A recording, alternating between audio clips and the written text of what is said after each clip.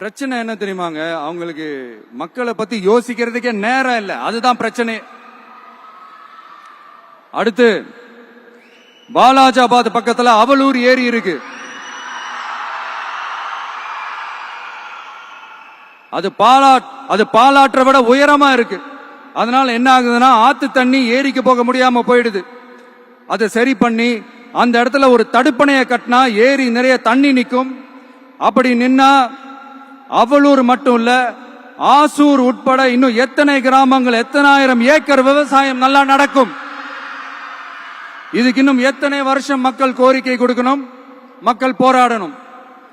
இந்த பிரச்சனை எல்லாம் இருக்கிற அதே காஞ்சிபுரம் மாவட்டத்துல தான் பரந்தூர் ஏர்போர்ட் கட்டுற பிரச்சனையும் இருக்குது.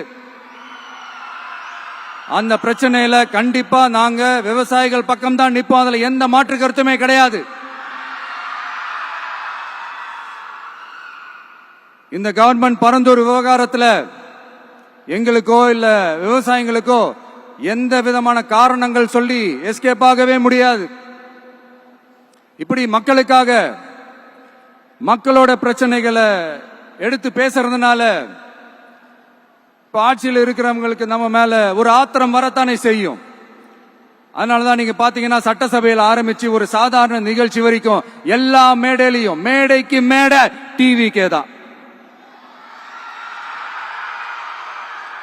டிவிக்கே அவதூறு, அவதூறு டிவிக்கே, டிவிக்கே அவதூறு, அவதூறு டிவிக்கே. இதுக்கெல்லாம் கண்டிப்பா நாங்க பதில் சொல்லுவோம், சொல்லாமலாம் இருக்க மாட்டோம். இப்ப கூட கரூரை பத்தி பேசுவேன்னு எதிர்பார்த்திருப்பாங்க. அதை நான் கொஞ்சம் அப்புறமா பேசுறேன். பட் இப்போ நம்மளுடைய விஷன் என்னன்னு சொல்லணும்னு நான் கொஞ்சம் ஆசைப்படுறேன். நம்ம ஆட்சிக்கு வந்தா, அது என்ன வந்தா,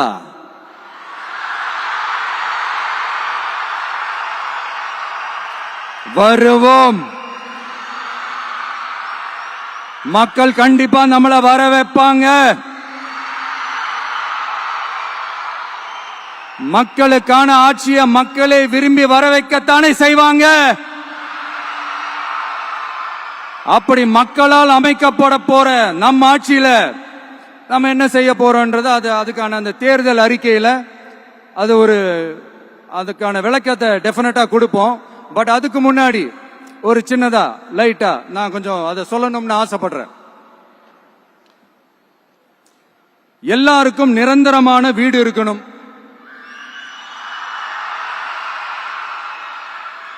ஒவ்வொரு வீட்டுக்கும் ஒரு மோட்டார் சைக்கிள் வாகனம் உறுதியா இருக்கணும். காரும் தான் லட்சியம். அதுக்கான வசதி வாய்ப்பை உருவாக்குற அளவுக்கு பொருளாதார வளர்ச்சிக்கு வழியை உண்டாக்கணும். ஒவ்வொரு வீட்டில் இருக்கிற ஒவ்வொருத்தரும் மினிமம் டிகிரி படிச்சிருக்கணும்.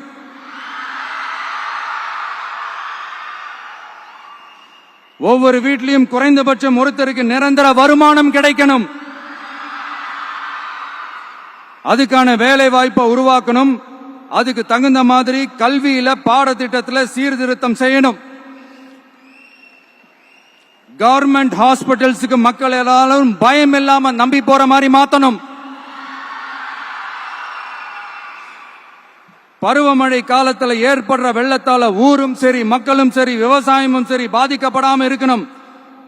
அதுக்கு 4000 கோடி திட்டம்னு ஒரு உருட்டுனாங்களே, அந்த மாதிரி எல்லாம் எதுவும் இல்லாம உண்மையான ஒரு பாதுகாப்பு திட்டத்தை உருவாக்கணும். மீனவர்களோட, தொழிலாளர்களோட, நெசவாளர்களோட, அரசு ஊழியர்கள் மற்றும் ஆசிரியர்களோட கருத்து கேட்டு அவங்களுக்கான பாதுகாப்பு மற்றும் வளர்ச்சி திட்டங்களை உருவாக்கணும். உருவாக்குறது மட்டும் இல்ல, அதை செயல்படுத்தணும். முக்கியமா இண்டஸ்ட்ரியல் டெவலப்மெண்ட்ஸ்ல கான்சென்ட்ரேட் பண்ணணும். எல்லாத்தையும் விட ரொம்ப ரொம்ப முக்கியம், சட்டம் ஒழுங்க ரொம்ப ஸ்ட்ரிக்டா வச்சிருக்கணும். நம்மளுடைய அம்மா, அக்கா, தங்கச்சிகள், அவங்களுடைய பிள்ளைகள், குழந்தைகள் எல்லாருக்கும் பாதுகாப்பை, அதுவும் உண்மையான ஸ்ட்ராங்கான பவர்ஃபுல்லான பாதுகாப்பை உண்டாக்கணும். அண்ணா யூனிவர்சிட்டியில நடந்த அந்த பெண்ணுக்கு நடந்த அந்த பிரச்சனை மாதிரியோ, இல்ல கோவையில நடந்த அந்த கல்லூரி பெண்ணுக்கு நடந்த பிரச்சனை மாதிரியோ அதெல்லாம் நடக்க விடவே கூடாது. நம்ம வீட்டு பெண்கள் ஸ்ட்ராங்கா, பயமே இல்லாம தைரியமா இருக்கணும்.